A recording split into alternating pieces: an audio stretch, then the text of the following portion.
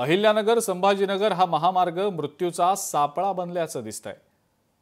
हा रस्ता दुरुस्त करून अडचण दूर करू। रस्त्याचं काम MSCIDC कडनं आपल्या हाती घेतलं जाईल। ग्रीनफील्ड कॉरिडॉर तयार करू असं मंत्री शिवेंद्रराजे भोसले यांनी म्हटलेलं आहे। आपला संभाजीनगरकडे जाण्याचा रस्त्याचं पण त्याचं पण काम आपण MSIDC कडनं हाती घेतोय।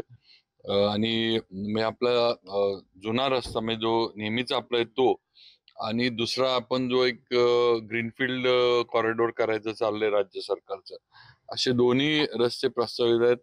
आज थोडी अडचण आहे, ती आपण नक्कीच जरा दुरुस्ती करून वगैरे आपण ती दूर करू।